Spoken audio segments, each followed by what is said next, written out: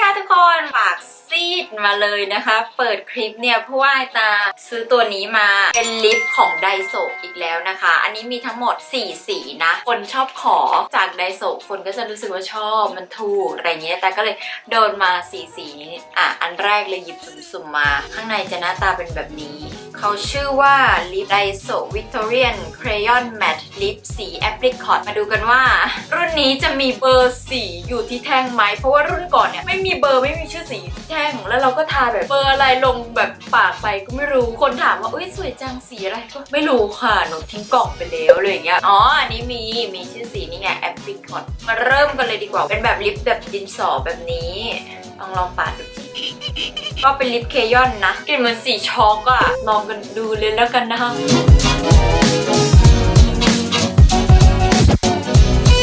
แต่รู้สึกว่าเนื้อสีมันไม่ค่อยโอเคอะเนื้อสีมันบางอันนี้ดูไกลๆอะมองไม่ค่อยเห็นนะถ้าดูใกล้ๆอะรู้สึกว่ายังปิดสีปากแต่ไม่มิดอะดูในกล้องมันดูสวยหรือเปล่านะด้วยความที่สีมันเป็นสีอ่อนนั่นแหละสีออกโนดอะแต่เนื้อมันก็บ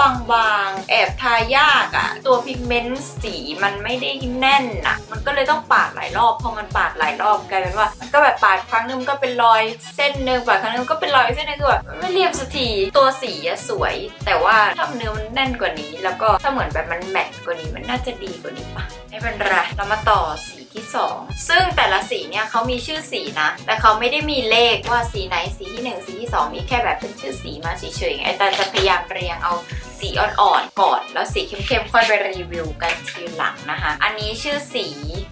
พีชยิ่งอ่อนหนักเลยพีชเป็นพีชจริงอันนี้ยิ่งพังเลยยิ่งไปคันใหญ่เลยค่ะอันเนี้ยสีก็อ่อนเนื้อก็ไม่แน่นทาบนปากก็ไม่เรียบกบสีปากก็ไม่หมดยิ่งทาก็ยิ่งเละแมตก็ไม่แมตดูเป็นความงงงวยของลิปนะคะเหมือนอยากจะเกาะกระแสความลิปแมตแต่ทำออกมาไม่แมตอยากให้แมตต้องชื่อมันว่าแมตมันไม่แมตสีนี้ไม่โอแลนเนาะสีถัดไปนะคะชื่อสีพลัมเป็นสีที่เข้มขึ้นมาหน่อยละอันนี้น่าจะสวยนี่น่าจะสวยอันนี้พยายามทาข้างในอย่างเดียวแล้วก็เบนๆออกมาข้างนอกเพราะว่าวิธีการทาแบบเนี้ยต่อให้ลิปเนื้อพังแค่ไหนอะมันก็ยังมีความรอดอยู่นิดนึงอันนี้ก็คือแบบพอได้อยู่มองในก็อาจจะดูซีดๆนะแต่ว่าสวยเพราะว่าตรงนี้มันมีไฟไงมันก็เลยจะทำให้หน้าตาดูขาวแล้วก็สีอาจจะดูซีดลงกว่าจริงสีนี้สวยดูเป็นธรรมชาติอันนี้คือทาแบบเกลี่ยเรามาดู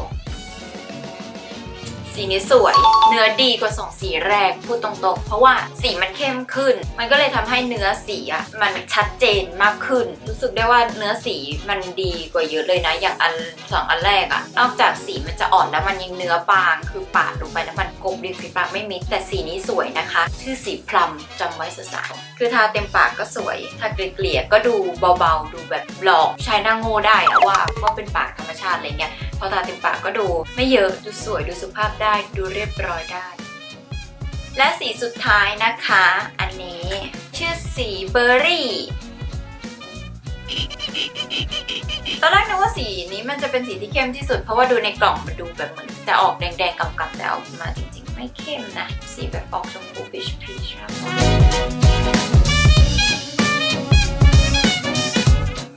เหมือนตายนานแล้วปากซีดคือถ้าเป็นคนผิวขาวๆแบบขาวๆไปเลยอะทาน่าจะสวยเพราะว่ามันดูเป็นสีพีชที่ดูแบบเหมาะกับผิวขาวเว้ย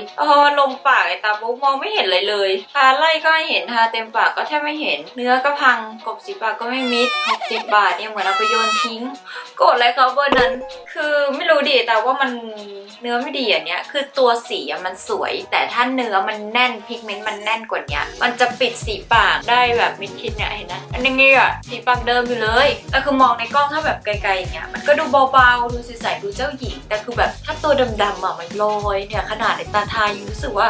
มันลอยอยู่นะคะน่าจะต้องเหมาะกับคนที่ผิวขาวๆแล้วก็ลุคแบบเบาๆแบบสีพีชอะไรเงี้ยจะสวยมากพูดเลยคือสีอะสวยนะแค่มันไม่เหมาะกับสีผิวเราเฉยๆเนื้อบางอะต้องเป็นคนที่แบบปากไม่ดำเลยเหรอขนาดตาเอารองพื้นแบบกบๆไปแล้วเนื้อมันวืดมากเลยนะปกติเวลาทาลิปสติกถ้าจะให้สีมันชัดเจนอะก็คือเอาเหมือนเอาแป้งหรือว่ารองพื้นมาก บแบบกบสีปากเดิมแล้วก็ทาลิปสติกทับไปมันจะทำให้ลิปสติกเนี่ยสีชัดขึ้นแต่กลายเป็นว่าพอตากบเสร็จเอานี้ทาทับเนื้อมันวืดเนื้อมันไม่เกาะปากมันเป็นเละเทะรองพื้นที่ลงก่อนรีและอีลุ่งตุ้งเป๊ะอะไรวะเฟลก่อนหน้านี้เจอรุ่นแมทของไดโซแล้วใช้ดีมากเลยชอบมากเลยสีสวยมากแน่นเป๊ะถึงแม้ว่าจะไม่ค่อยติดทนเท่าไหร่แต่ก็ถือว่า60 บาทมันได้เท่านั้นก็ดีพอรุ่นใหม่อันนี้มาก็รู้สึกแบบอยากซื้อเขาทำอันนั้นดีเขาต้องมีแบบความดีความชอบเมื่อไหร่มาเจอรุ่นนี้แบบโคตรเซ็งเลยแต่ว่าสีที่สวยจริงๆคือสีพลัมจำไว้นะคะคือสีนี้ค่ะสวยมากจริงถ้าให้ตาแนะนำนะถ้าซื้อก็ซื้อสีพลัมสีเดียวนอกจากจะเป็นคนผิวขาวถึงจะรอดถ้าผิวเข้มไม่ไหวไปแล้วบาย